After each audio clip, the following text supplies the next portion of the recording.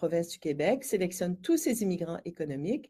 Donc, si vous souhaitez vous établir au Québec, la première étape sera d'obtenir un certificat de sélection du Québec et ensuite faire la demande de résidence permanente. Pour les 9 autres provinces ou les 3 territoires, vous avez l'option de passer par la province ou le territoire ou directement au gouvernement fédéral. Je vais donc vous décrire les programmes pour les provinces et territoires autres que le Québec.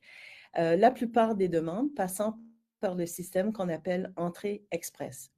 C'est un système entièrement en ligne qui nous permet de gérer de façon plus efficace les demandes de résidence permanente pour des personnes qui ont un niveau de qualification élevé.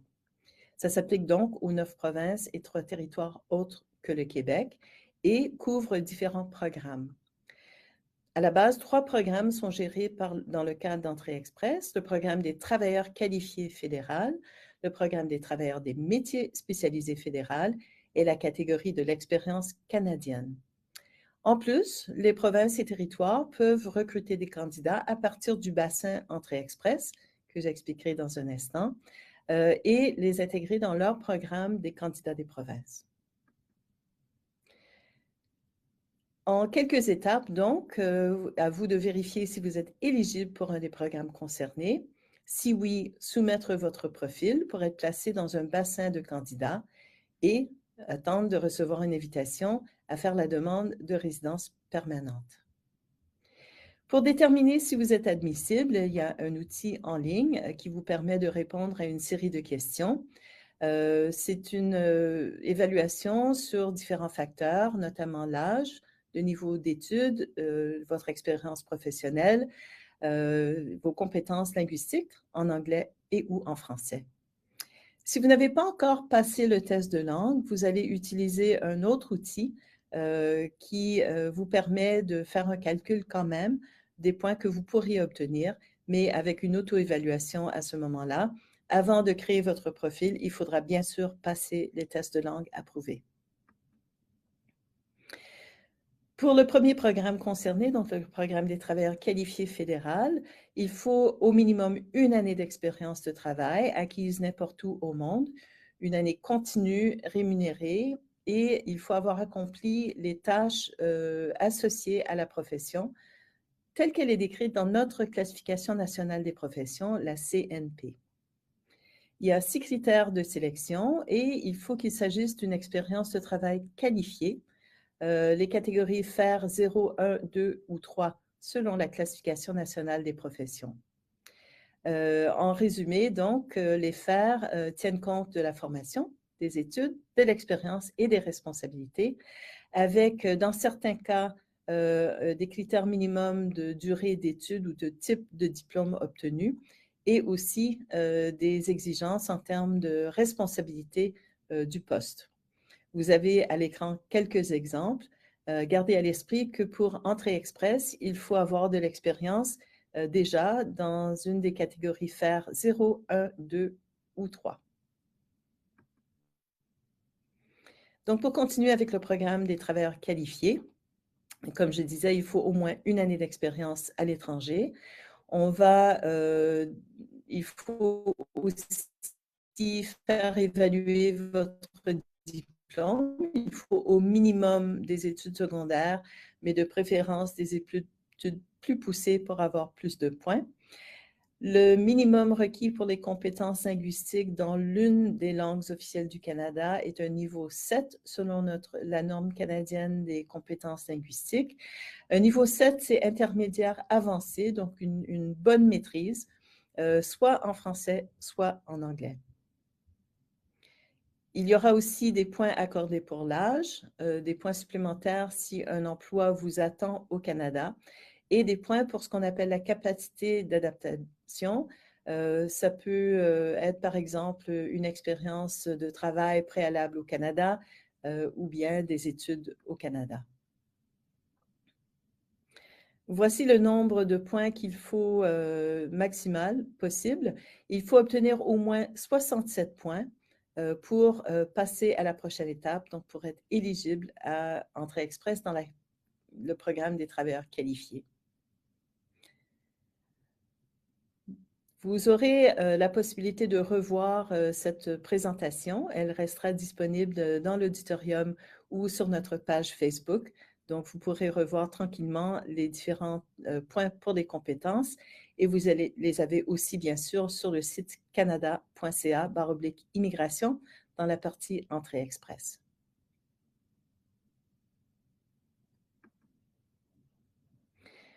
Donc, des points sont accordés pour les niveaux d'études, les niveaux de compétences linguistiques, le nombre d'années d'expérience également, jusqu'à un maximum de 15 points pour 6 ans d'expérience.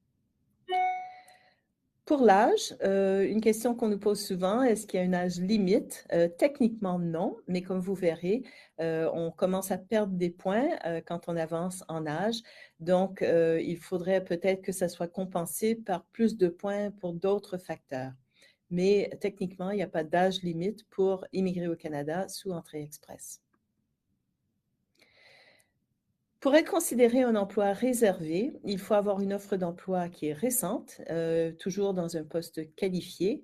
Il faut que ça soit un poste à temps complet et appuyé soit par une étude d'impact sur le marché du travail, c'est le processus par lequel l'employeur a l'autorisation d'embaucher un travailleur étranger, ou bien une exemption de IMT sous un accord international ou, par exemple, dans le volet mobilité francophone. Vous avez peut-être déjà suivi ou vous pourrez revoir la conférence sur Travailler au Canada, comment faire une demande de permis de travail, où on évoque le IMT et les différentes exemptions. Je mentionnais la capacité d'adaptation, donc ça peut être des études ou de l'expérience de travail antérieure au Canada. Ça peut être aussi les compétences de votre conjoint ou votre conjointe, si il ou elle vous accompagne au Canada. Ses compétences linguistiques, son niveau d'études. On peut avoir aussi des points supplémentaires si on a des parents proches au Canada, frères ou sœurs par exemple, citoyens canadiens ou résidents permanents, mais qui sont actuellement au Canada.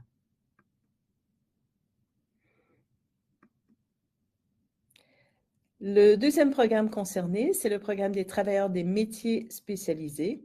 Là, en général, les études sont moins longues, donc on va mettre plus d'emphase sur l'expérience professionnelle. Là, il faut au moins 2 ans d'expérience, n'importe où au monde, dans un des métiers spécialisés. Il faut rencontrer les critères du métier tel qu'il est exercé au Canada et donc selon l'information que vous trouverez dans la classification nationale des professions. Il faut aussi avoir une offre d'emploi à plein temps ou bien avoir profité d'un séjour au Canada pour acquérir un certificat de qualification dans ce métier spécialisé émis par un organisme dans une des provinces ou territoires du Canada. Ici, les exigences en termes de compétences linguistiques sont moins élevées. Ça va être un niveau 5 ou 4. Quels sont les métiers concernés? Il y en a beaucoup, donc je vous inviterai à explorer, toujours par rapport à la classification nationale des professions, les grands groupes, mais en général, ce sont des métiers dans la construction, la fabrication et certains métiers de bouche. La troisième catégorie sous entrée express, c'est la catégorie de l'expérience canadienne. Et là, c'est pour des personnes qui auront déjà acquis au moins une année d'expérience qualifiée au Canada, toujours dans les FER 0, 1, 2 ou 3. En ce qui concerne les compétences linguistiques, ce sera un niveau 7 si votre expérience est dans les FER 0 ou 1, ou 5, donc intermédiaire, pour les FER 2 ou 3. Il n'y a pas d'exigence en matière d'études, donc il n'est pas obligatoire de faire évaluer votre diplôme étranger, mais si vous souhaitez avoir plus de points, ça peut être intéressant de le faire. Donc, sur le système en général, il y a un maximum possible de 1200 points, 600 pour des facteurs de base qui sont l'âge, le niveau d'études, la maîtrise de l'anglais et du français, l'expérience de travail au Canada éventuellement, et l'adaptabilité ou la transférabilité des compétences. En parallèle, il y a 600 points possibles, points supplémentaires pour la famille proche au Canada, pour des solides compétences dans la deuxième langue, donc des points pour le bilinguisme, Si vous avez fait des études au Canada, si vous avez un emploi réservé ou, très important, si vous avez déjà la désignation d'une province dans leur programme de candidat des provinces. À ça seul, c'est 600 points bonus, donc pratiquement une garantie d'être invité à faire la demande. Comme je disais, avant de pouvoir vraiment commencer le processus et vous mettre dans le bassin des candidats, il va falloir passer un test de langue, au moins dans votre langue officielle la plus forte. À vous de décider si vous avez plus de compétences en français ou en anglais. Nous, on va donner poids égal. Donc, vous allez nous dire laquelle est votre première langue officielle du Canada. Et même si c'est votre langue maternelle, même si vous avez fait toutes vos études, votre carrière dans cette langue-là, oui, il est nécessaire de passer le test. Il n'y a aucune exception, que ce soit pour les anglophones ou les francophones. Il y a 2 tests approuvés pour le français, le TEF Canada et le TCF Canada. Pour l'anglais, à l'international, ce sera le IELTS qui est disponible. Si vous êtes déjà au Canada, vous aurez l'option en plus du CELPIP. Les résultats des tests de langue sont valides de 2 ans. Donc, il faut au moment où vous créez votre profil que les tests soient valides. Comme je l'indiquais, on favorise les gens qui ont des solides compétences en français et encore plus s'ils ont, c'est jumelé avec des compétences en anglais. Pour des bons résultats de tests en français et des tests corrects en anglais, vous aurez 25 points supplémentaires. Ça va jusqu'à 50 points supplémentaires si vous avez un niveau de 5 ou plus en anglais. Donc, une des évaluations et les points accordés sont pour le niveau d'études. Si vos études ont été faites à l'extérieur du Canada, on doit savoir à quoi ça correspond dans le système canadien. Et donc, on va vous demander de faire une évaluation des diplômes d'études. C'est obligatoire si votre demande va être faite dans la catégorie des travailleurs qualifiés fédérales.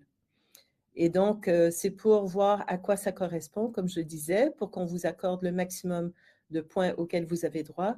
Ce n'est pas pour autant une autorisation d'exercer. Par exemple, si vous avez un master en génie civil ou en génie informatique, peut-être que l'évaluation établira que c'est l'équivalent d'une maîtrise au Canada dans ce domaine-là. Mais s'il y a des exigences liées à votre profession, il faudra quand même faire les fils pour être dans le bassin Entrée Express. Vous déclarez que cet argent est disponible. Parfois, les gens anticipent et se disent, bon, je vais vendre ma voiture, je vais vendre un terrain. Non, il ne faut pas anticiper. Il faut vraiment que l'argent soit disponible au moment où vous faites cette déclaration. Sinon, ça peut considérer une fausse déclaration.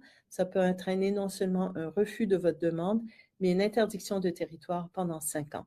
Donc, que ce soit pour les tests de langue, pour le cumul de l'année d'expérience requise ou tout autre, il vaut mieux être patient, attendre que vous rencontrez vraiment les critères avant de créer votre profil.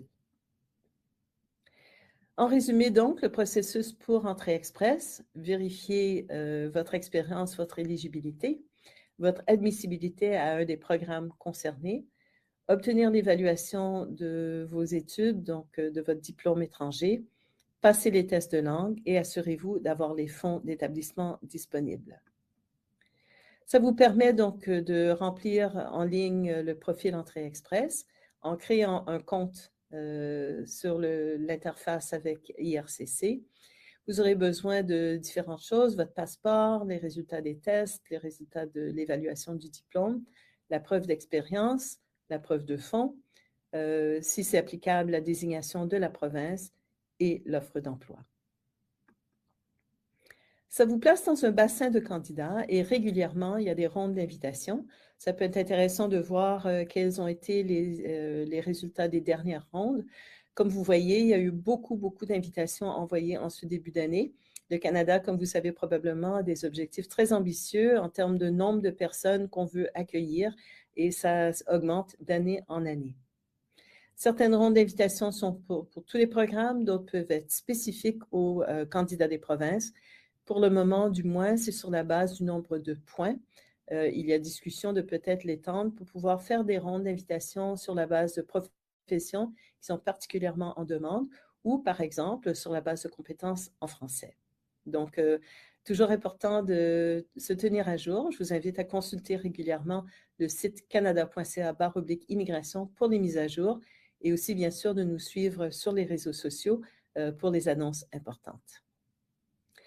Quand vous recevez une invitation à faire une demande de résidence permanente, vous avez 60 jours pour payer les frais, soumettre le formulaire de demande et les documents à l'appui. Donc, préparez tout.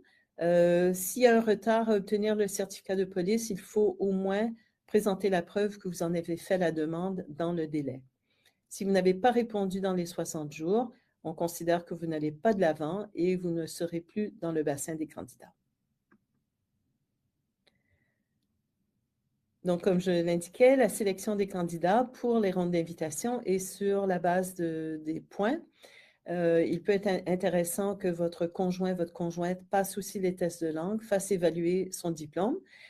Et pourquoi pas, vous pouvez chacun avoir un profil. Il suffit que l'un ou l'autre obtienne une invitation. Vous serez bien sûr dans le même dossier pour la demande de résidence permanente. Le délai de traitement visé est de 6 mois ou moins dans la grande majorité des cas. Il y a eu un prolongement des délais de traitement en raison de la pandémie, mais on est en phase de rattrapage et donc cette partie express d'entrée express devrait redevenir la norme d'ici peu. Comme j'ai mentionné, certains des candidats des provinces passent par entrée express. Il y a deux façons. Soit vous êtes dans le bassin et la province ou le territoire vous identifie. Quand vous créez votre profil, vous allez décocher là où les provinces et territoires que vous envisagez comme destination. Ces destinations peuvent voir votre profil.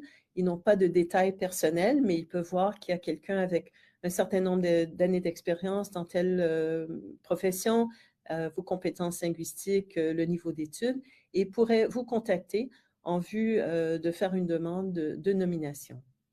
Dans certains cas, vous pouvez créer votre profil et ensuite communiquer avec la province pour indiquer votre intérêt et suivre leurs instructions. Donc, dans cette première option, vous communiquez avec la province. Et la deuxième option, c'est de créer le profil et attendre d'être invité par la province à faire une demande de nomination. Le programme des candidats de province ne passe pas entièrement par entrée express. Il y a des volets hors entrée express. L'intérêt, c'est que ça peut élargir les possibilités aux personnes qui ont de l'expérience dans des professions moins qualifiées. Donc, ça peut inclure les RER 4 et 5. Certaines provinces auront des programmes pour les étrangers diplômés par leur établissement d'enseignement, des programmes spécifiques pour les gens d'affaires. Donc, c'est vraiment important d'aller sur leurs différents sites et voir quelles sont les exigences et comment communiquer avec eux. On va faire un petit survol d'autres programmes. Donc, le programme d'immigration au Canada Atlantique concerne les 4 provinces mentionnées ici, le Nouveau-Brunswick, la Nouvelle-Écosse, l'île du Prince-Édouard et Terre-Neuve et Labrador. C'est vraiment axé sur les besoins des employeurs. Donc, un certain nombre d'employeurs ont été désignés par leur province pour participer à ce programme, pour pouvoir sélectionner des personnes qui répondent vraiment à leurs besoins en main-d'œuvre. C'est axé aussi sur un établissement réussi. Et donc, très tôt dans le processus, les candidats sélectionnés sont mis en contact avec les services d'établissement qui commencent même avant le départ au Canada, les services pré-départ. Ce qui veut dire que vous arrivez au Canada avec une offre d'emploi, un plan d'établissement et toutes les chances donc de bien réussir et de vous intégrer dans votre nouveau lieu de vie. La province regarde ce plan et l'offre d'emploi et émet une lettre d'approbation qui vous permet de faire la demande d'immigration. Si l'employeur a besoin de vous plus rapidement, vous pouvez faire une demande de permis de travail temporaire en attendant l'étude de votre demande de résidence permanente. Un autre programme qui répond aux besoins de certaines communautés spécifiques, c'est le programme pilote d'immigration dans les communautés rurales et du Nord. Donc, on continue vers l'ouest du pays. Les communautés participantes sont actuellement dans les provinces de l'Ontario, du Manitoba, de la Saskatchewan, de l'Alberta et de la Colombie-Britannique. Là aussi, c'est basé sur les besoins des employeurs. Chacune des communautés participantes a mis en place un site web spécifique où vous pouvez avoir des renseignements sur l'environnement, le mode de vie, le coût de la vie, les transports, les écoles, tous ces facteurs très importants dans la vie quotidienne, mais aussi les offres d'emploi. Donc, si vous avez une offre d'emploi et l'appui de la communauté, vous pourrez faire une demande de résidence permanente dans ce programme pilote. Et comme pour le programme précédent, si l'employeur a besoin de vous rapidement, vous pouvez partir dans un premier temps avec un permis de travail temporaire. Il existe un programme de visa pour démarrage d'entreprise. C'est vraiment pour des entreprises très innovantes qui vont créer de l'emploi et qui vont aider le Canada à maintenir sa place sur le marché mondial. Donc, il faut déjà avoir une entreprise établie. Il faut l'appui et le financement d'une organisation reconnue, désignée pour ce programme et répondre de façon générale aux critères pour l'immigration au Canada. Donc, si vous avez une fibre entrepreneuriale, ça pourrait être intéressant d'explorer cette option. Peu importe la catégorie dans laquelle vous faites votre demande, il est important toujours de vous protéger. Ne soyez pas victime de fraude, il y a beaucoup de tentatives d'arnaque. Notre ministère ne demandera jamais un transfert dans un compte bancaire personnel ou l'intermédiaire d'une société de transfert de fonds.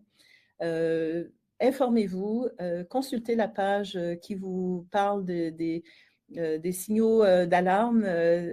Si vous n'êtes pas certain, écrivez à ce service.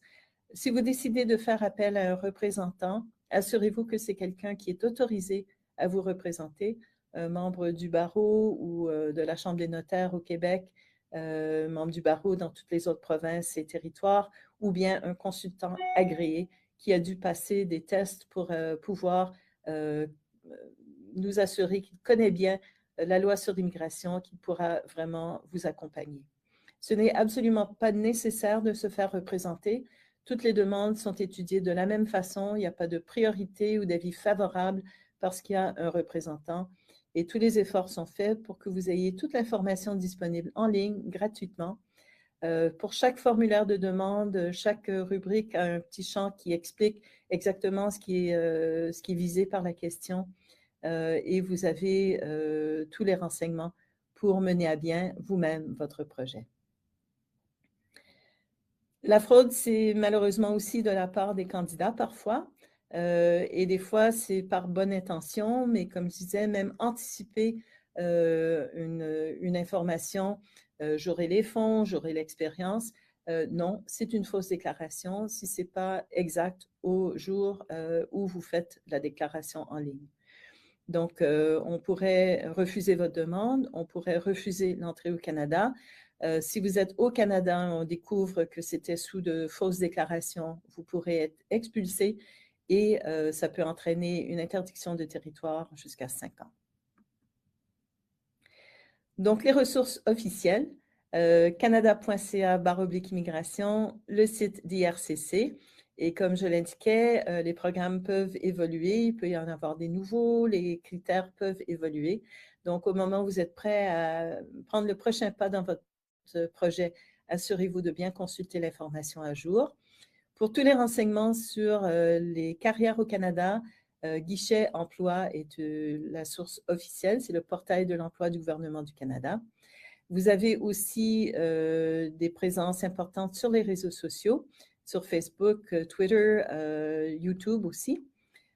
Si vous avez des questions après avoir consulté les différents sites, vous avez notre adresse courriel et aussi le site, la partie du site du gouvernement du Canada qui concerne nos activités, le forum annuel Destination Canada, des forums ponctuels comme celui auquel vous participez aujourd'hui sur des secteurs spécifiques et des activités en personne et en ligne tout au long de l'année, accessibles de partout au monde.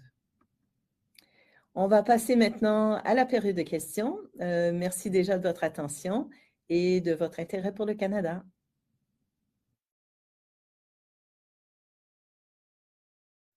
Donc, merci à ceux qui ont déjà posé leurs questions dans le chat. On va les prendre dans l'ordre.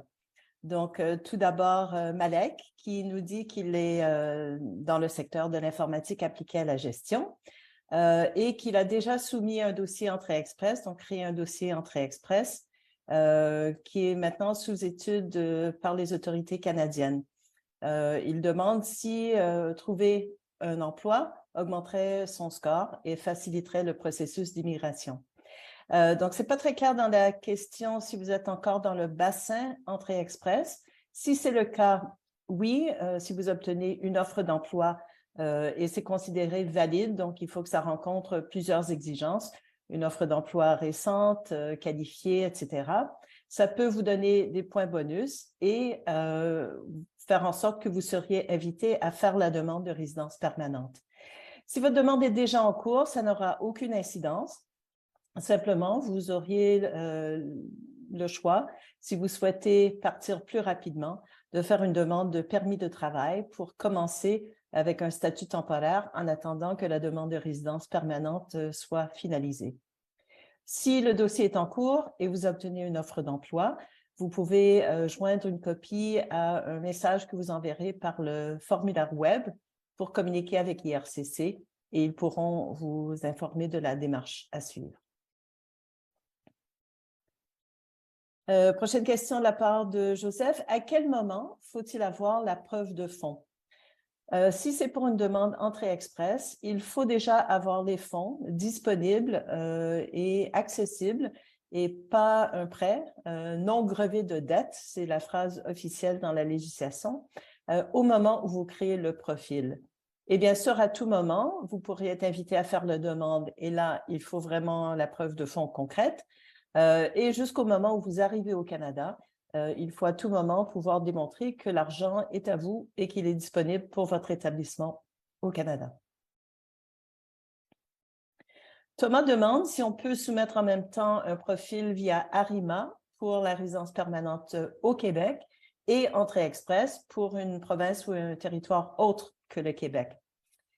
Techniquement, il n'y a rien qui vous empêche, mais comme je disais à quelqu'un l'autre jour, c'est un peu comme être fiancé à deux personnes en même temps. Ce n'est pas illégal, mais à un certain moment, il faut vraiment prendre une décision. Ce ne sont pas les mêmes démarches. Il faut que la destination, donc la province qui vous sélectionne, soit convaincue que c'est vraiment là où vous allez vous établir. Et si vous arrivez au point d'entrée avec un document qui dit que vous allez à telle destination alors que manifestement vous allez ailleurs, il pourrait ne pas vous accorder l'admission au Canada. Donc, ce sera vraiment important à un moment donné de prendre une décision, pas seulement trouver la porte qui s'ouvre le plus facilement, mais vraiment décider où vous souhaitez vous établir et suivre le processus qui correspond à votre destination. Ali demande s'il y a un programme spécifique de résidence permanente qui vise le secteur d'éthique. Pas vraiment, mais puisqu'il s'agit de postes qualifiés, ça veut dire qu'Entrée Express est une très bonne voie. Beaucoup des programmes des candidats des provinces aussi ont des volets pour les professionnels dans l'éthique. Je pense à la province à la Colombie-Britannique, par exemple, mais d'autres également. Et puis, peut-être que le visa de démarrage d'entreprise pourrait être une option aussi. Beaucoup des projets innovants ont un aspect numérique, donc pas spécifiquement, mais beaucoup de programmes sont ouverts et sont très favorables aux professionnels avec de l'expérience dans le secteur d'éthique. Salem demande si, s'il va au Canada rendre visite à son frère, est-ce qu'il pourrait faire les démarches pour une demande de permis de travail ou pour la résidence permanente à partir de chez lui, à partir du Canada. Donc, pour parler de la résidence temporaire, qui n'est pas vraiment le sujet de la conférence, mais je le mentionne parce que tout récemment, une règle qui autorise pour le moment, de faire une demande de permis de travail, même si on est avec un statut juste de visiteur au Canada. Cette possibilité a été prolongée. Ça avait été mis en place pendant la pandémie de la COVID-19. Donc, c'est possible. De la même façon, si vous êtes au Canada avec un statut temporaire, vous pouvez commencer les démarches pour la résidence permanente. Mais attention, la décision de vous admettre ou pas au Canada, ce n'est pas au moment où vous obtenez votre visa ou votre demande ou votre AVE, l'autorisation de voyage électronique, pour faire ce voyage comme visiteur au Canada. Il y a un agent au point d'entrée qui va vous poser des questions, qui a accès à vos courriels, à votre téléphone. Donc, s'il a l'impression, par vos déclarations ou par des documents ou des messages qu'il trouve, que votre intention est de travailler ou de vous établir au Canada et que vous arrivez sans les documents qui vous autorisent à le faire, il pourrait considérer que vous n'êtes pas visiteur de bonne foi pour le Canada et pourrait vous refouler. Vous retrouverez dans le prochain avion, retour à la case de départ. Donc, ce n'est pas toujours une bonne idée, mais si vous allez rendre visite à votre frère et vous obtenez une offre d'emploi, en ce moment, il est possible de faire la demande sur place. A question in English now from Godefroy. Does having a profile in Express Entry help you get a job in Canada, or is there no difference with someone without an Express Entry profile? One thing that it helps you to do is to register on Job Bank. Normally, it's only Canadian citizens and permanent residents who can register on Job Bank as job seekers, but persons who have a profile in Express Entry can also register. That means that you can apply for positions. It means also that employers who are looking to fill positions can see your profile and may contact you in view of getting a job. Donc, la question était si le fait d'avoir un profil Entrée Express aidait à trouver un emploi au Canada. Et je mentionnais qu'en fait, un des avantages d'avoir un profil, c'est que vous pouvez vous inscrire sur Guichet Emploi, le portail de l'emploi du gouvernement du Canada. Normalement, ce sont que les citoyens canadiens et les résidents permanents qui peuvent s'y inscrire, mais c'est étendu aussi aux candidats qui ont un profil Entrée Express. Ça vous permet donc de postuler pour des emplois qui sont affichés sur Guichet Emploi.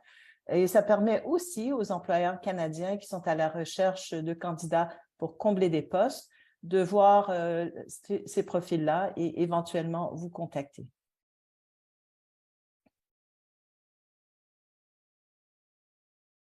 Jules demande s'il y a des points pour Entrée Express, si on a des amis proches au Canada. La réponse est non, il y a des points pour de la famille proche. Pour les amis, tant mieux, ça va vous aider vraiment à vous établir et ça fait peut-être partie de votre motivation pour partir au Canada, mais ça ne sera pas reflété dans les points. Un peu dans le même esprit, est-ce que le fait d'avoir un beau-frère peut être considéré comme avoir un membre de la famille au Canada? La définition comprend les frères et sœurs suite à une adoption ou autre, mais si ça veut dire le conjoint de votre sœur, si elle ne réside pas au Canada avec un statut de résident permanent, ça ne compterait pas. Résident permanent ou citoyen, bien sûr. Donc, Nelson demande, si j'ai une expérience dans une organisation canadienne, est-ce que ça peut compter dans le cadre du programme de l'expérience canadienne?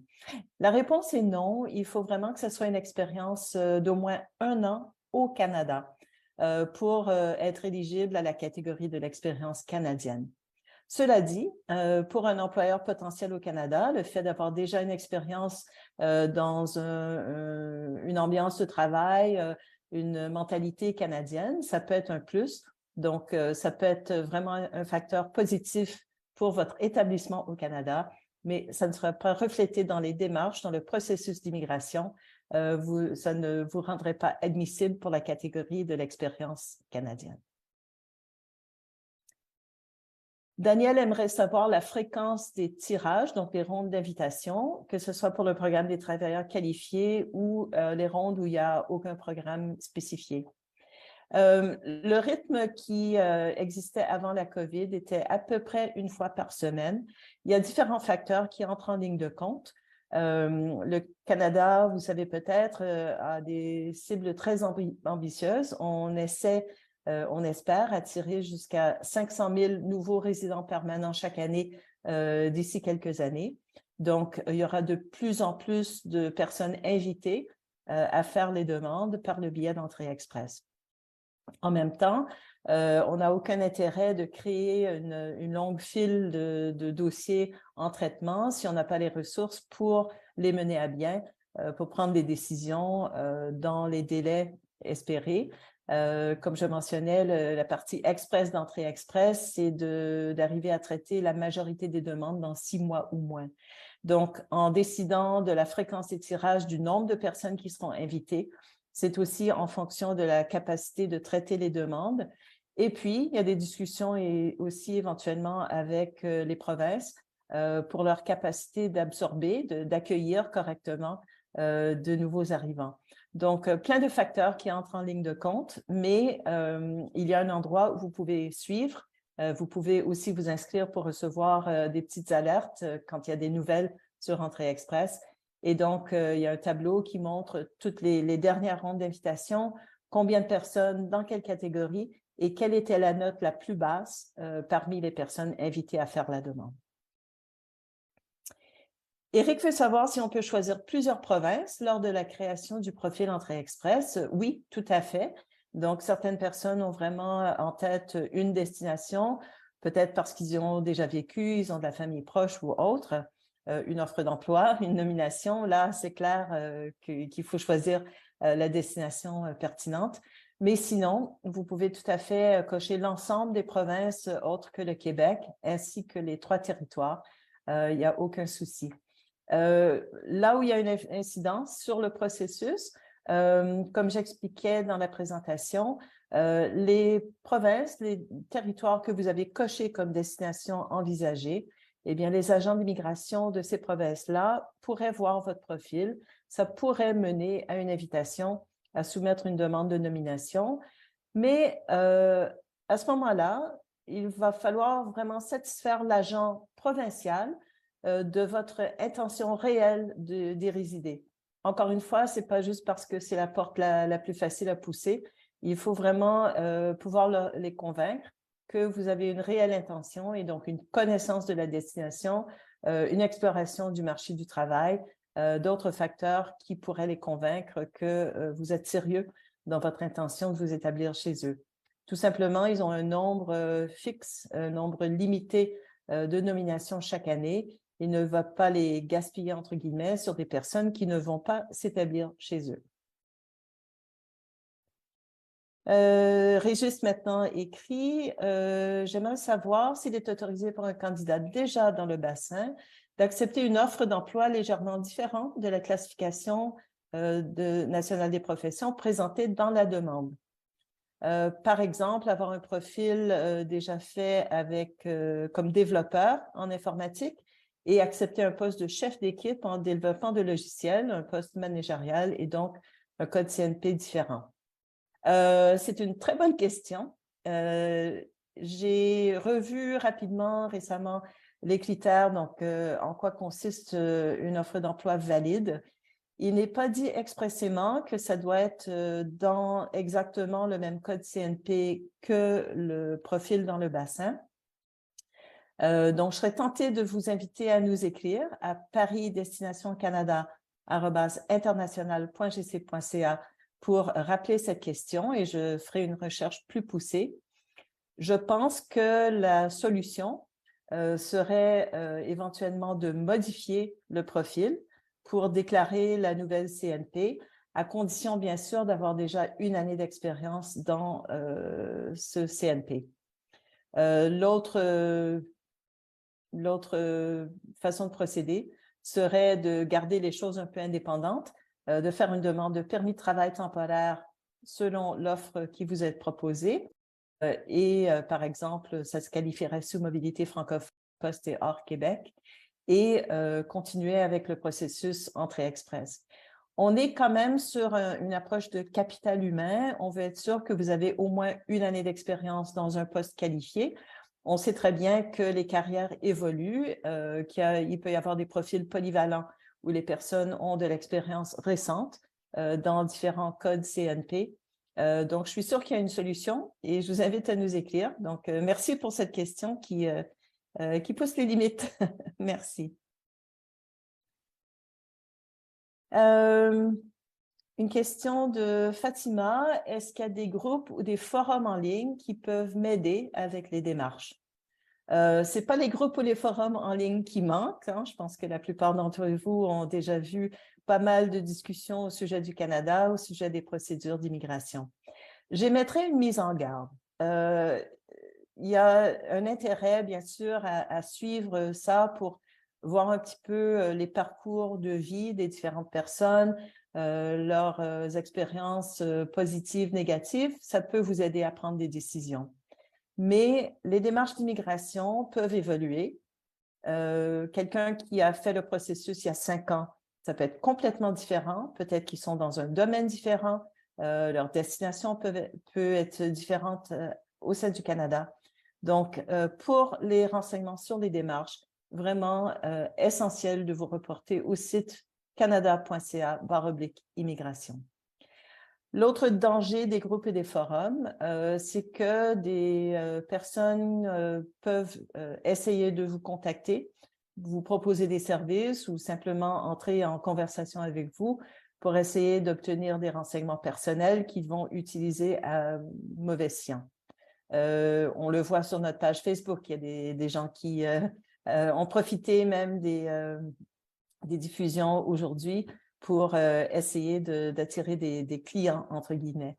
Donc, oui, des groupes, des forums, mais privilégier les groupes professionnels. Il y en a plein sur LinkedIn, par exemple, où c'est vraiment des échanges d'informations par rapport aux emplois, aux carrières, aux professions, aux formations. Suivez les autres groupes par intérêt, mais assurez-vous d'aller sur des sites officiels pour les démarches. Ibtiel demande comment obtenir une nomination provinciale. Si vous participez en personne ou en direct en ligne à ce forum, je vous encouragerai à visiter les kiosques des exposants qui sont les gouvernements de plusieurs provinces et territoires qui sont là avec nous aujourd'hui. Si vous suivez en ligne, vous avez l'option toujours d'aller sur le site canada.ca/immigration dans la section sur les candidats des provinces.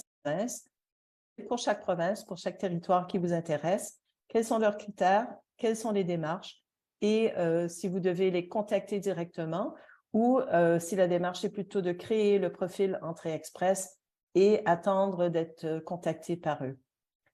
Donc, il y a le billet d'entrée express.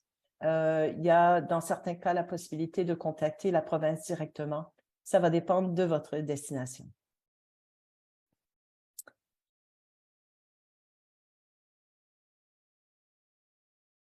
Donc, quelqu'un qui nous dit qu'il est dans le bassin Entrée Express avec 498 points, est-ce qu'il y a des chances d'être tiré dans les prochains jours? En fait, on ne sait pas à l'avance quels seront les points les plus bas dans la série de candidats qui seront invités. C'est toujours selon le nombre de personnes qui seront invitées, le nombre d'invitations et qui est dans le bassin à ce moment-là. Mais suivez les développements. Il se peut qu'à l'avenir, il y ait des tirages ou des rondes d'invitation plutôt basées sur des professions qui sont en demande ou bien sur la base des compétences linguistiques, notamment en français. Borel dit qu'il a une start-up en Russie. Est-ce que c'est possible de la délocaliser vers le Canada? Donc, si vous avez déjà une entreprise, il est possible de discuter avec les agents d'investissement qui travaillent pour les différentes missions canadiennes, donc l'ambassade du Canada, pour voir quelles seraient les opportunités de créer une filiale ou de déplacer l'entreprise existante vers le Canada.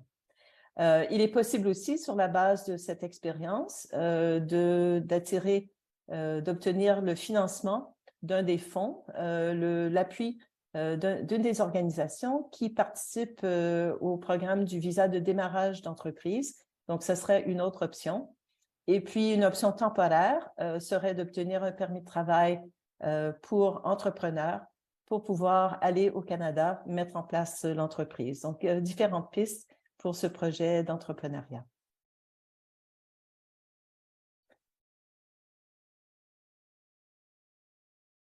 ECOE demande si ça peut être pénalisant d'avoir des années blanches dans les années d'expérience pour Entrée Express. Donc, on regarde l'expérience dans les dernières années. Il suffit d'avoir une année d'expérience. Donc, s'il y a eu des interruptions de carrière pour des raisons familiales, médicales, pour un retour aux études, ce n'est pas forcément pénalisant. Pour la partie où on fait l'enquête sur les antécédents, pour établir l'admissibilité sur le plan médical et criminel, c'est important, bien sûr, de pouvoir expliquer ce que vous avez fait pendant ces périodes-là.